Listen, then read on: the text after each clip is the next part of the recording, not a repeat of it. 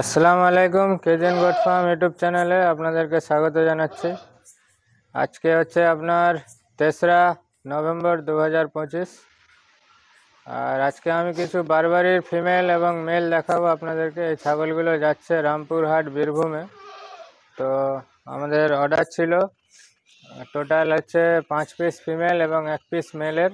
তো এই 6 পিস ছাগল আপনাদেরকে দেখাবো, এবং যাদের এই ছাগলগুলো পছন্দ হবে, এরকম যদি কোয়ালিটির ছাগল নিতে চান, তাহলে স্ক্রিনে নাম্বার দেওয়া থাকবে, যোগাযোগ করবেন। এবং এই ধরনের ছাগল বর্তমানে খুবই কম পাওয়া যায়, কারণ এগুলো সরকারি ফার্ম থেকে আমরা নিয়ে এসেছি, সিআরজি থেকে, আপনারা জানেন। আর পশ্চিমবঙ্গের বুকে যদি জাকরানা সার্টিফাইড জাকরানা এবং সার্টিফাইড বারবারি নিতে হয়, অবশ্যই কেজিএনে যোগাযোগ করবেন। একমাত্র আমরাই এই দুটো ব্রিড, আপনার গভর্নমেন্ট রেজিস্টার্ড ব্রিড আমরা সাপ্লাই করে থাকি। আর সব সময় পাওয়া যায় না, তাই অর্ডার দিয়ে রাখবেন। যখনই আমরা পাবো তখন আমরা আপনাদেরকে দিতে পারবো। আর চলুন ছাগলগুলো আপনাদেরকে দেখ। তো এই হচ্ছে রাত্রেবেলার দৃশ্য। এখন ছাগলগুলো আমাদের লোড হবে। তো যেহেতু শীতকাল পড়ছে, আস্তে আস্তে এভাবে আপনারা শীতকালের জন্য ফার্মে মেনটেনেন্স রাখবেন। ফার্মের চারদিকে পর্দা, ভিতরে 100 পাওয়ারের বাল্ব, তাহলে ছাগল আপনার সুস্থ থাকবে। দেখুন ছাগলগুলো আসছে, আপনার এক এক করে ছাগলগুলোকে দেখাচ্ছি। দেখুন, তো সবই ডটেড ফিমেল আছে এখানে, সবগুলো সিআরজি সার্টিফাইড এবং কোয়ালিটি আপনাদের সামনে আছে। সব ফিমেল লোডেড আছে আপনার এখানে। তো ছাগলগুলোর কোয়ালিটি কেমন লাগছে আপনারা অবশ্যই জানাবেন। 30 কিলো থেকে 50 কিলো পর্যন্ত ফিমেল আছে। এই যে বড় ফিমেলটা দেখতে পাচ্ছেন, এটা 50 কেজির গায়ে আছে। তো বারবারি ছাগল খুবই ভারী হয়, এবং এদের মেল ফিমেল প্রায় কাছাকাছি ওজন হয়। মেলেরও যেরকম ওজন হয় ভারী, ফিমেলও সেরকম ভারী হয়, কারণ এরা হচ্ছে মাংস এবং দুধ ডুয়েল পারপাস ব্রিড এবং ইন্ডিয়ান রেজিস্টার্ড ব্রিড। সিআরজিতে প্রচুর এদের সংরক্ষণ করে রাখা আছে, প্রচুর ফিমেল আছে।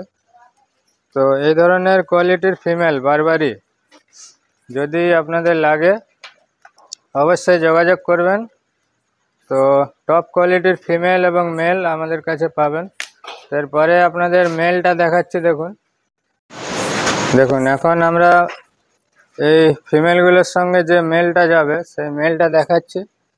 এটা হচ্ছে আপনার 4 দাঁতের পাঁঠা, খুবই সুন্দর এবং সিআরজি সার্টিফাইড।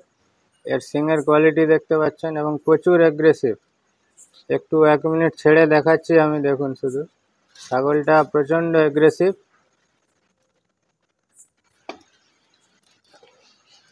এবং এই ফিমেলগুলো যখন বাচ্চা দিয়ে দিবে, তারপরে কিন্তু এই মেলটা দিয়ে ব্রিডিং হবে, এবং এই মেলের যে বাচ্চাগুলো আসবে সেগুলো কিন্তু সিআরজি ব্লাড লাইন ধরে নেবে। তাই অবশ্যই যখনই আপনারা পিওর ব্রিড নিয়ে কাজ করবেন, একটা যেন ব্লাড লাইন বলা আপনার ব্রিডার হয়, মানে তার বাবা এবং মা যেন ভালো ছিল, তার দাদু এবং তার যে দিদা, এগুলা যেন সব ব্লাড লাইনওয়ালা হয়। তাহলে কিন্তু ছাগলের যে বাচ্চাগুলো আগামী প্রজন্মে আসে, তার যে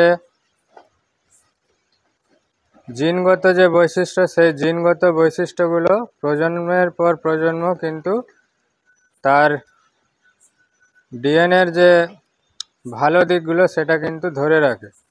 আর অবশ্যই পাঁঠা চেঞ্জ করতে হয়, 3 থেকে 4 জেনারেশনের পর পর ব্রিডার চেঞ্জ করতে হয়, কারণ প্রতিটা অ্যানিমেলের মধ্যে যে ডিএনএ থাকে, সেই ডিএনএর কিছু ভালো দিক থাকে এবং কিছু খারাপ দিক থাকে।